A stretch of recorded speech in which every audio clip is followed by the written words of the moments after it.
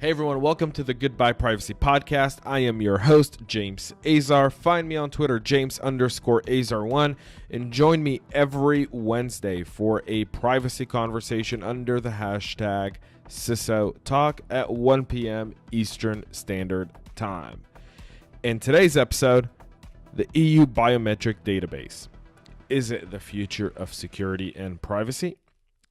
But before we get started on today's episode, I want to encourage you and ask you humbly to support the CyberHub Engage group of podcasts that we put on for you, where you can support us by being a Patreon. If you go to patreon.com/CyberHub Engage, again, that's patreon.com/CyberHub Engage, and for as little as $1 lousy a month, you can support Micah and mine's vision of producing the best content about your privacy and security without having to bow down to demands.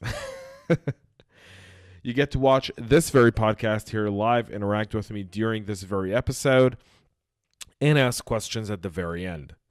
So make sure you go to patreon.com/CyberHub Engage. Again, that's patreon.com/CyberHub Engage to support us. Check out our cool swag.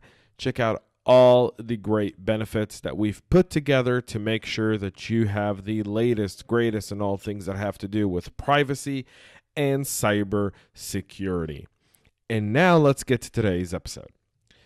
So China and India have built the world's largest biometric database, but the European Union, is about to join this very club. The Common Identity Repository, or as it's known by CIR, will consolidate biometric data on almost all visitors and migrants to the EU bloc, as well as some of EU citizens, connecting existing criminal, asylum, and migration databases and integrating new ones. It has the potential to affect hundreds of millions of people. The plan for the database, first proposed in 2016 and approved by the EU Parliament on April 16th of this year, was sold as a way to better track and monitor terrorists, criminals, and unauthorized immigrants. The system will target the fingerprints and identity data for visitors and immigrants initially, and represents the first step towards building a truly EU-wide citizen database. At the same time, though, some of the critics argue its mere existence will increase the potential for hacks, leaks, and law enforcement abuse of the information. In the EU, where privacy is enshrined in the Union's Charter of Fundamental Rights, some people are calling this the actual creation of the CIS a point of no return. Now, before we kind of go into the CIR and really what it is, let's for a second consider what's being consolidated. So the big point of this whole thing is we need biometrics to track everyone who comes into the EU, tracking our own citizens, how people move in and around the EU, and doing so without requiring documentation for the most part. But here's the other part of this. The CIR will be a repository of identity records, fingerprints, photographs of visiting or resident non-EU citizens and some EU citizens, meaning anyone who visits the EU will be subject to the CIR. It'll be searchable by immigration, border, and law enforcement authorities across the continent, and it has a pretty hefty price tag of around $1.2 billion through 2027. Considering the fact that Europe in 2018 had 718 million international visitors, the CIR is probably going to have information on hundreds of millions of non-EU citizens once it's fully in effect. And here's the caveat. The new CIR system will wrap together 3 existing EU databases of asylum seekers, foreign visitors, criminals, and missing people, with 3 new databases of criminals and of visitors entering and exiting the EU. The flow of non-residents and non-visa holders in the bloc will be tracked by a system similar to the U.S. Electronic System for Travel Authorization, also known as ISTA. It will require visitors, including those from the U.S., to submit to a check prior to departure for Europe starting in 2021. Although the specific details of how this all works is still in the works. However, unlike in India and China, the EU system won't automatically cover every run-of-the-mill EU citizen who has not been charged with a crime. And it's not clear how many of the roughly 500 million Europeans would ultimately come under the system. By contrast, the Indian biometric system covers 1.24 billion people, and the Chinese government obviously operates a vast biometric system, and it's particularly invasive in parts of Western China. Here's the aspect of all this. We knew that sometime, somewhere, we were going to move to biometrics. Fact is, biometrics are more reliable than people creating passwords because it's harder to fake a retina scan or someone's voice. But there's also another aspect to this. This CIR repository in the EU is really more targeting visitors than it is its own citizens. And now the question lies is what rights do visitors have on their data? What ensures us that this data isn't being used at a later point in time to spy on us once we return to our home country? How do we know that this data is secure? There's a lot of different challenges that lie specifically within this data that address this specific issue. Part of it has to do with the Schengen Information System, the SIS, and the Eurodac, and the VIS. So all three of these systems today essentially compose every single aspect of the borderless EU. But once you have this system in place, what does that do to Schengen? Or what does it do to the Eurodac system or the VIS, the Visa Information System? And how would it affect its interoperability? And how would those proposals really impact the way people are viewed within the EU?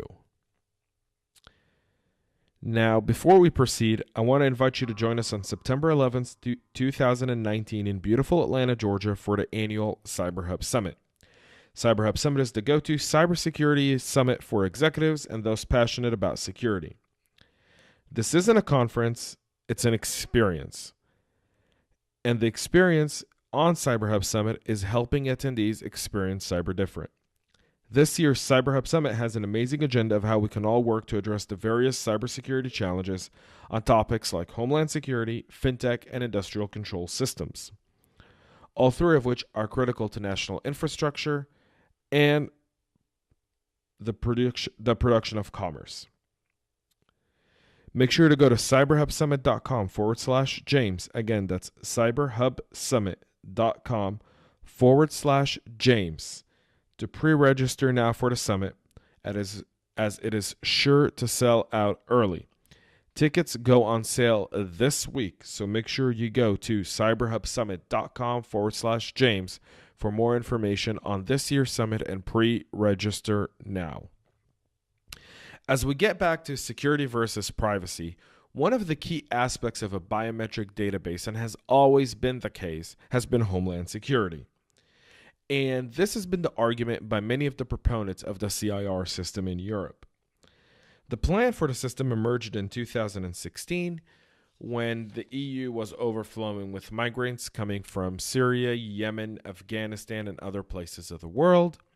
Brussels had endured a terrorist attack that killed 34 months after the devastating Paris attacks that we all remember that killed hundreds of Parisians all over the French capital.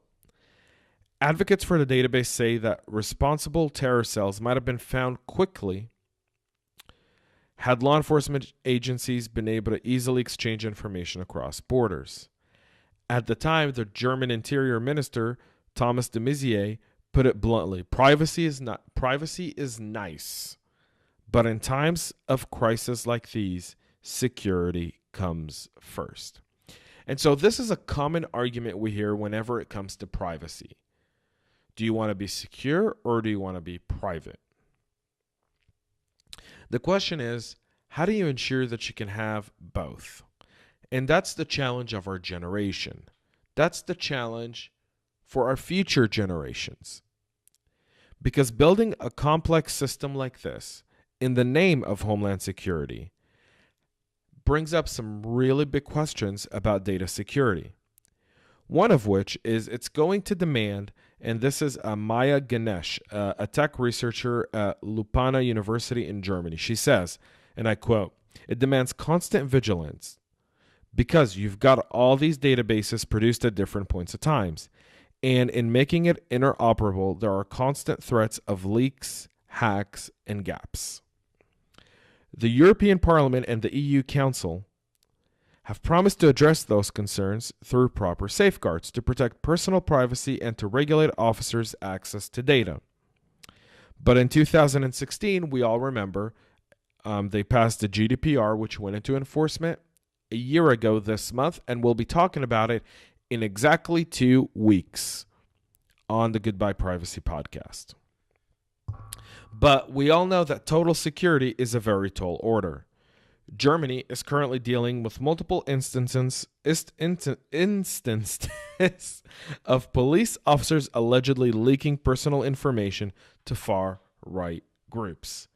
Meanwhile, a Swedish hacker went to prison for hacking into Denmark's public record system in 2012 and dumping online the personal data of hundreds of thousands of citizens and migrants.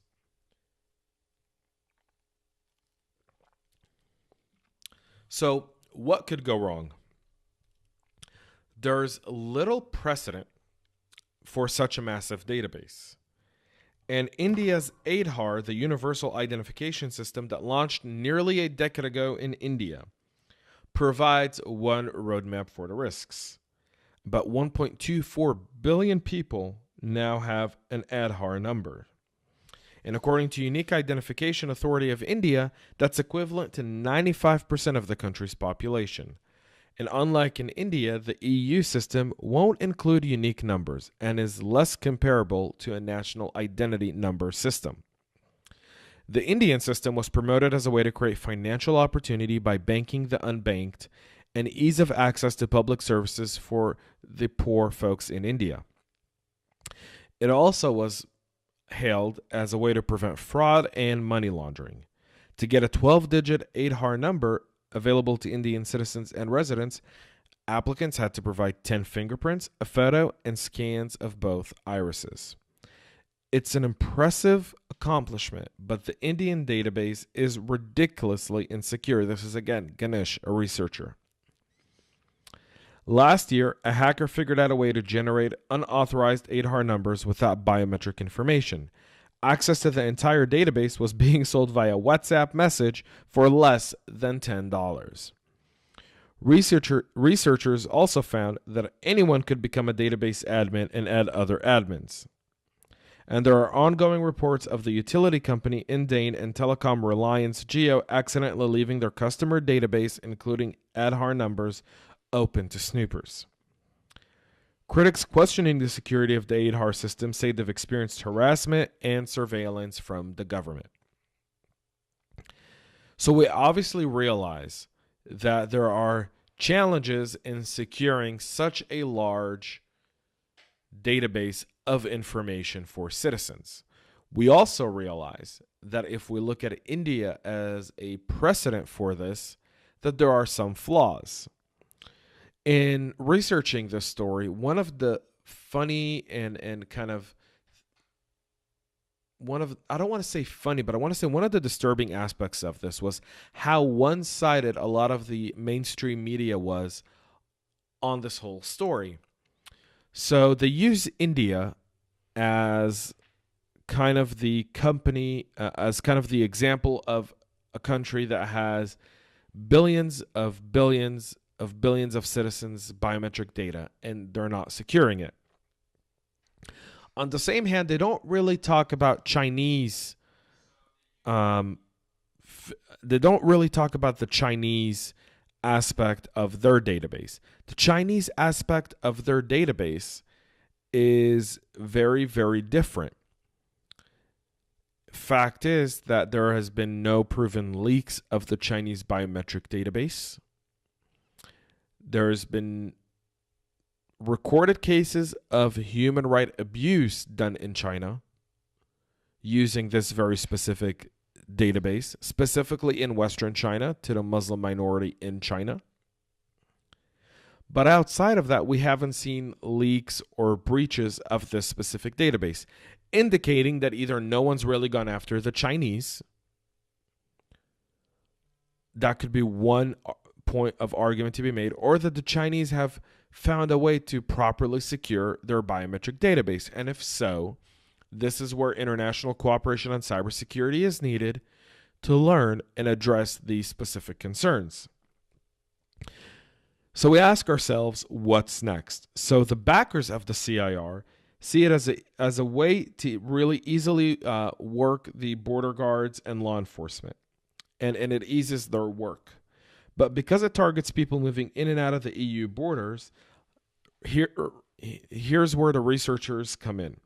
The researchers argue it could also disproportionately target and track immigrants and refugees coming to the bloc, subjecting them to discrimination or harassment.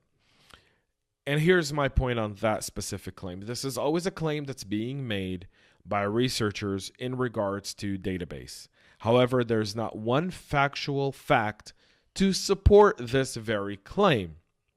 Now, I'm not arguing for the system or against the system. My concern is the privacy and the rights of those who enter into the EU. Having said that, we all say that when you travel to a specific nation, you are subject to that nation's laws. But you also have rights within that nation. So do you get EU citizens' rights to your data under GDPR with this repository? And that's a question that has yet to be answered. And as you look at the interoperability aspect of it, it's really supposed to ease how different countries access data and make it so that everyone gets access to one larger database. The question is it secure? And to get to that, we go back to the researcher Ganesh, where she warns that leaks and hacks are inherent of any database, which is well known, it's well documented, we've seen it, we know it. She's not renewing anything over there. But how does the EU plan to address that? So don't do large databases just doesn't make sense. And it doesn't make sense because of a few things. If you're not doing large databases, then what are you doing? How are you storing data? How are you addressing the challenges that arise from really being able to track and secure your borders? The argument for this whole system has been that it's needed to track people who visit the EU who could be a threat to the EU. It would also help facilitate how criminals or people who are on specific watch lists move in and around the EU. One of the common arguments that was done for this system was after the Brussels attack or the Paris attacks, how the attackers went to Belgium or Holland immediately thereafter. But here's the point of all this. When these people cross the border, they don't go through a border entry. It's no different than driving from New York to New Jersey. It's an open border.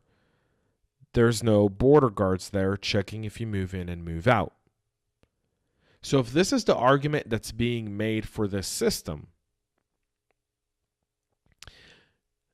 then the question remains, how do you track it across borders? Because most of the time, in the name of Homeland Security, because this is the argument that's being made for the system, is it's Homeland Security. Most of the terrorists that did any work in the EU traveled from state to state and country to country in cars. They didn't go to the airport. They didn't head to the train station. They got in cars and they drove across. So none of that really absolves or proves the point for the CIR repository. Furthermore, in a lot of the opinion papers that have been written about this, and specifically when you study this whole scenario, you realize that more and more governments want biometrics. They want a biometric database. It makes sense. And while biometrics in large are more secure in identifying a person, the question on the other end becomes, how is the government securing this information? And the EU has no clear way that they're discussing how they plan to secure this. Now, I don't anticipate them to come out with a manual or a framework of how they plan to secure the CIR system, because that would just be foolish. On the other end, there has to be an ask in terms of security. How long do you get to store my information? When do you delete my information from this database? If I enter the EU and you take my fingerprints, you scan my iris, how long do you get to keep that information for? And at what point does that information get deleted? What are my rights to get that information? What are my rights to know who's accessing my information? And does this apply to flying through the EU as well? So for those who don't know, I've been blessed and I've been very fortunate to travel to over 100 countries globally. And I've flown through the European Union quite frequently. And oftentimes when you're flying in a layover through the EU, you still have to go through customs, meaning you go through passport control on your way through, even if it's international. So if I took a flight from New York to Frankfurt and then from Frankfurt to Singapore, I'd still go through customs in Germany. So when I go through customs on a layover in Germany, are you going to use the CIR system? Meaning, am I going to have to give my fingerprints even though I was just traveling through the EU, not staying in the EU? Now, those are very important questions to ask. They're important to ask because biometrics, by and large, are extremely important. And governments having our biometrics entails us giving a piece of our very own DNA to a government to store in a database to be used for purposes of what this law was written for, of Homeland Security. And while the EU faces numerous security challenges within its ranks and between its citizens, and the rise of various different illicit groups in the EU, the system should more be targeting those there than those traveling through or visiting the EU. The other question of all this is, how much longer is this going to make the lines at the airports, train stations, and otherwise? With Brexit being delayed until October, what does it mean when you're flying from Paris to London or taking the Eurostar train to go from Paris to London? Because prior to Brexit, it was seamless. You'd board a train, 4 hours later, you're in Paris or London, depending which port you departed from, and you'd come right off and go about your day. With Brexit, that's bound to change. But now the question remains, Are you going to scan everyone's fingerprints every single time? What's the process behind it? How do you verify identity, and how do you verify and how do you keep the database authentic in nature? There's a lot of questions to be posed to the EU on this aspect, some of which are detailed in an interoperability opinion that was written in April of last year, addressing some of these same questions. And many of it discussed the complexity of not only data protection, of governance and supervision of the system. When you have this large scale of a database, the questions get asked of not only how do you protect this data, but how do you ensure its governance and supervision? Who's supervising this system? Who's in charge of its governance? Is it a coalition? Is it a country? How do we know that the system won't be abused? And a lot of the proposals for this system have already been brought on to discuss some of the pending legal challenges that it will likely face in many courts across the entire EU. Some countries within the EU are very much against this system. There's been many leaders of specific EU nations that have come up against this very biometric system, although they've lost out to the vote to the bigger partners in the EU, mainly Germany, France, Belgium, Holland, Spain, and others. When you look at the recommendations for security, one of the key aspects that keeps coming up about this system is, well, we need to combat identity fraud. We need to facilitate an appeals process for someone. We need to facilitate some sort of framework that would address any wrongdoing of the system, of the CIR specifically. And also, how do you facilitate the access to the data for law enforcement?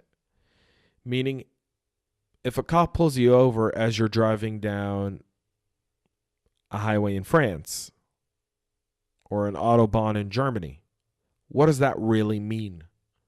Can he access this database?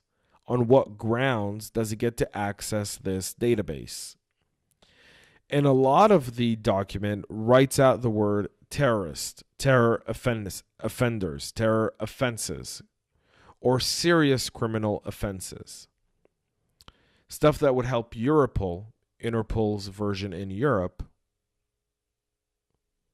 identify someone. But this is where we get into the final question. Is it privacy by design, or is it privacy by default? We have to address, and the EU must address, privacy and how it works in this entire CIR repository. What are the rights of visitors? What are the rights of immigrants? What are the rights of EU citizens? And mainly specifically, they're talking about EU citizens who have been convicted of a crime that would be part of this database at its launch. So are they going to rally up all the criminals and invite them to their local police station to get fingerprinted and get their photograph taken and get their irises scanned? And if that's the case, how is that not discrimination? Is a crime that one once did 10 years ago still make him part of this database? At what point does a criminal get out of this database? I couldn't find anywhere to answer those questions for me. Anywhere.